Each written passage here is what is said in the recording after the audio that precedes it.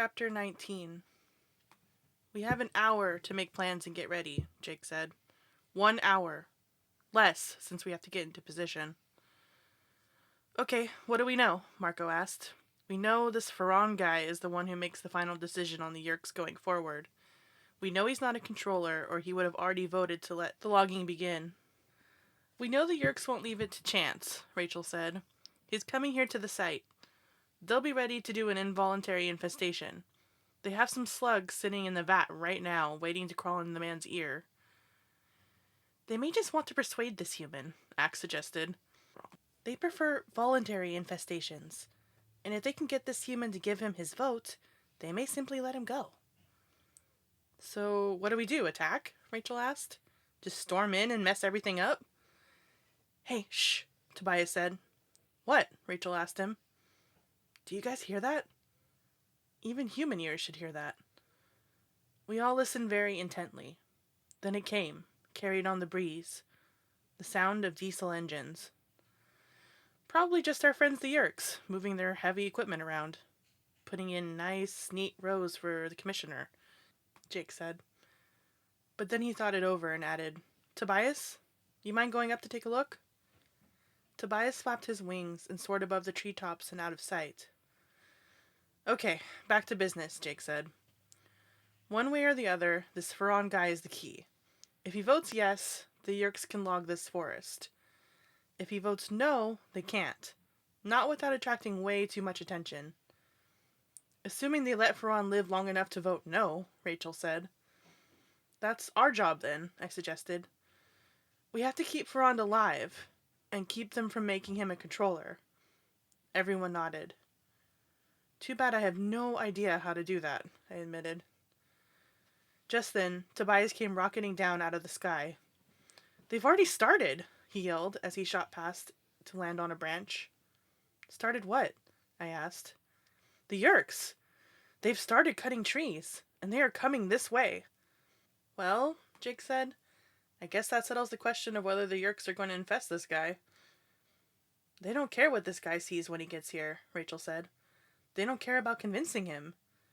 This poor man already has a Yeerk slug with his name on it. You wouldn't believe how fast those machines can rip through trees, Tobias said, obviously shaken up. They're cutting trees like farmers cut wheat. And we have 1 of your hours to help this commissioner, Axe said. Then he focused his 2 stalk eyes on the skunk burrow. The small ones are right in the path of the loggers, if Tobias is correct. I expected Marco to make some snide remark about how no one cared about the skunks at a time like this. But to my amazement, he said, Hey, no one messes with the skunks. Those skunks are under official Animorph protection. He winked at me and gave me a mocking clenched fist salute. Save the skunks, Earth Sister! Marco is such a pain in the butt. But then, just when you think he's going to drive you crazy, he'll come through big time for you. Yeah, those are our skunks, Rachel said. No one messes with our skunks. Excuse me, hello? Jake interrupted. A plan? A plan, please? Well, I began. What? Jake asked me. I shrugged. If Ferron is the key, we need to grab the key, right? Chances are they'll have to turn the force field off in order to get him into the camp. That's when we get him away from the Yeerks, no matter what it takes. Grab Ferron, Marco said. Simple. Elegant. And yet, given the Yeerk power in that compound of theirs, completely suicidal. I'm surprised at you, Cassie. Usually Rachel's the one to come up with a totally suicidal plan. You have a better idea? Jake asked Marco. We could go home and watch TV? I'll take that as a no. Jake rubbed his hands together. Okay then. We snatch this Ferron guy as soon as he shows up.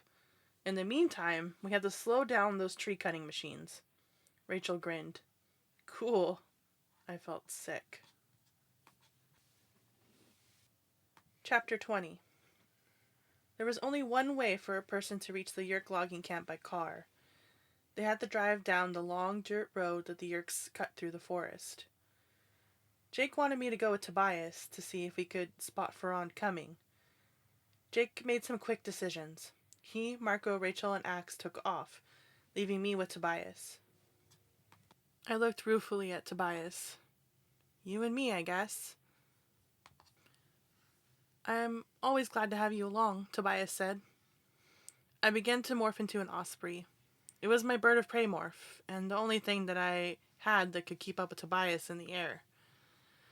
Look, Tobias, this has been bothering me, and since, I want to get this off my chest. I'm sorry I got mad at you over the skunk kit. You were just doing what you had to do, I said. I could feel my bones thinning and hollowing out.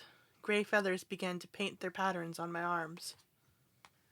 I could live off the food you guys brought me, Tobias said. I don't have to hunt. Okay, then why do you? I asked, just before my mouth mutated into a beak. Because I'm not just a human. I'm also a hawk. Hawks hunt live prey. Would it be better if I let you do my killing for me? Is it more moral if I eat a frozen mouse you got me from some supplier? Look, Tobias, I know all about how nature works. I know about predators and prey. It's just confusing. I mean, where does right and wrong come into it? Snowy white feathers were growing all down my front, replacing the fabric of my morphing suit. My feet were becoming pale gray talons. I don't know. I guess if I were running around killing animals I didn't intend to eat, that would be wrong. But hawks have a right to live, just as much as a mouse or a skunk. My human eyes were giving way to the incredibly amazing hawk vision. There was some color distortion because these eyes were adapted for seeing through water. The osprey eats fish. Nature designed them to see fish, even below the shimmering surface of a lake or a river. Ready to fly? Tobias asked. I flapped my wings a couple of times. Let's go, I said, trying to sound like Rachel. Tobias flapped his wings, caught a headwind, and suddenly shot almost straight up. I opened my wings and contracted the tireless flying muscles. Flap, flap, flap, and I also caught the breeze. I flapped to get above the trees, then a stronger breeze came up and I soared high. It's like stepping on a very fast escalator. Zoom! I flapped hard, wanting the sensation of speed. Tobias was ahead of me, and as I flew, I watched him. I watched the incredibly subtle movements of his wings. He almost seemed to be able to move individual feathers. For him, the wind was not invisible. It was a road, as clear as if it was blacktop. As I followed him, I sensed the osprey brain beneath my own, adjusting and reacting to the wind. My eyes saw every small detail. They marked each animal, each hole where an animal might be hiding. I saw a bright stream. I saw the shadows of fish flitting through the rocks. My osprey had been designed by nature for this, flying high and finding prey, just like Tobias. We flew up and up. The tops of the trees were like some bumpy lawn beneath us. I could see all of the Yerk logging camp, and I could see the massive yellow machines that were slicing through the trees like hot knives through butter. And there was an ugly scar of stumps, a scar that spread like some terrible disease, eating the forest away. Tobias veered right, toward the long winding road through the trees. I banked my wings and went after him. The stream joined a small river, rushing and bubbling alongside the road. Through the water, through the foam and bubbles, I saw the schools of fish darting, and I could feel the osprey's brain considering the situation, measuring the distance, calculating the angles, planning the way it would skim low over the surface of the water, then lower its ripping talons at just the perfect moment to strike, to snatch a fish right out of the water. I knew that Tobias was making the same calculations as he flew over mice and rats and rabbits and skunks. Tobias and I were two superb, beautiful killers, riding the wind while our prey cowered beneath us. But he was right. We had as much of a right to live as any of our prey, and we had been designed by millions of years of evolution to be predators. There, Tobias said, a jeep. I looked and saw the vehicle coming down the road.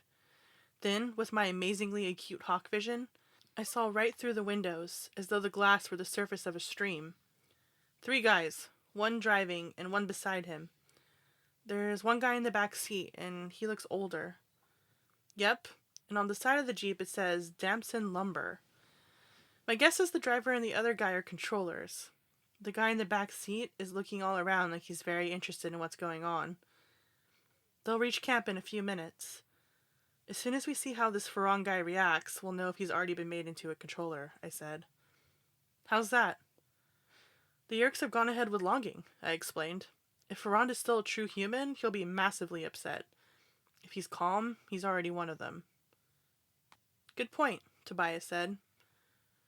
What do we do? I mean, if he's a controller already, I asked. I don't know. I guess we focus on attacking the logging operation itself. Really? You know what we'd do if he were a non-human controller? I asked.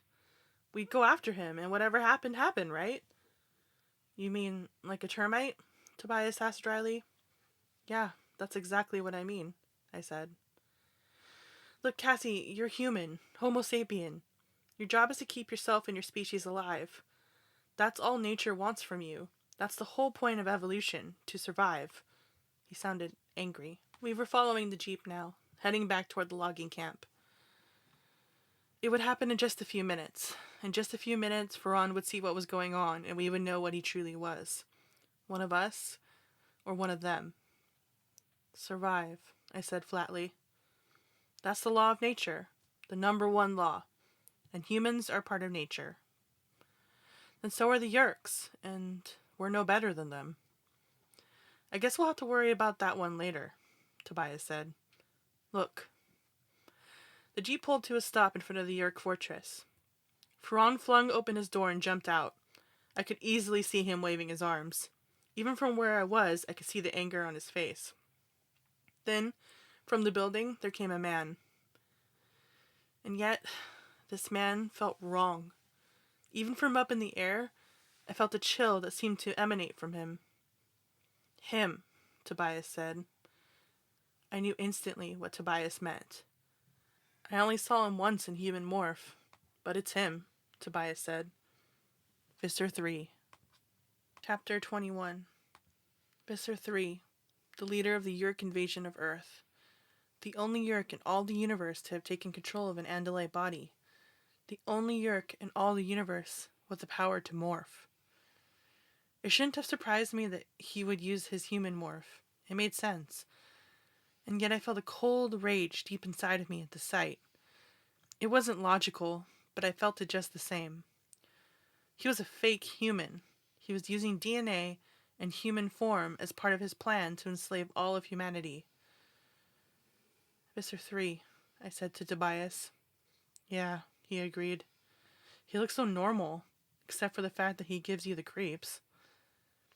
I have a bad feeling about this, I said. I don't think they're going to wait long. I think they're going to take Ferran right away. Ferran was walking towards Visser 3, still waving his hands wildly toward the heavy machinery that was chewing through the trees. Visser 3 was smiling. It was not a nice smile. Where are Jake and the others? Tobias wondered. Oh man, I said. This is going to happen real... All of a sudden, Visser 3 lashed out and slapped Ferran across the face. The commissioner staggered back. He held a hand to his cheek. The two men from the Jeep rushed to grab Ferran's arms. Ferran was an older man. He was helpless. Look, that's either Jake or there's some other tiger loose in these woods. I looked toward the clearing. Now I could see it. A huge orange-striped tiger was racing toward Ferran, but he was too far away. It had all happened too suddenly. Jake wasn't in position. I didn't even know where the others were, probably still morphing. It's up to us, I said. I adjusted my wings, aimed for Visser 3, and dove. Down, down, down, faster and faster, till my wings were vibrating and my bones were rattling from the speed. The target, Visser 3's human head, grew larger, larger, larger. I raked my talons forward. I flared my wings just enough to keep from overshooting, and I struck. I could feel my talons bite into his scalp. And then I was out of there, carried away by my own momentum. "Ah!" the Visser yelled. At that same instant, Tobias hit one of the guys from the Jeep. Tobias has more experience than I do. His aim is better. The guy he hit would be wearing an eye patch for the rest of his life. Yeehaw! Tobias cried. Ferrand broke free of his remaining captor and ran. Get him! Visitor 3 yelled. Full alert! The uninjured guard went after Ferrand. He caught him easily and knocked him face down in the dirt. I saw Jake closing in fast, a black and orange streak.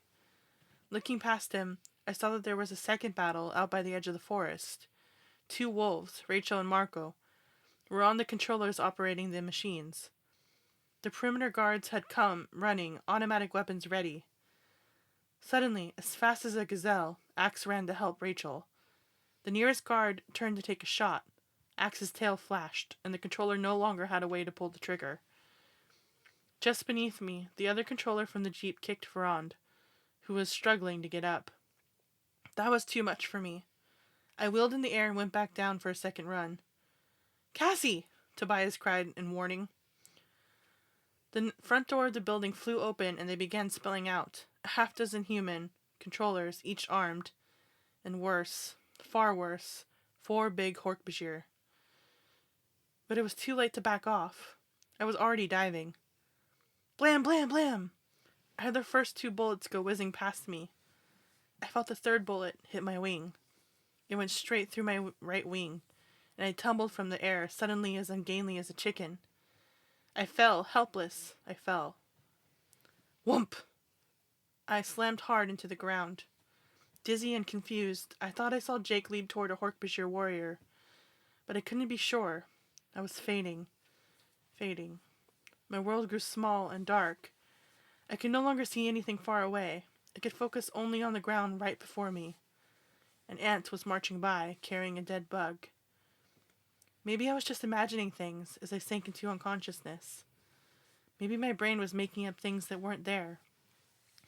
But I could have almost sworn that the ant was carrying the dead, dried-out husk of the termite queen. And then everything went black.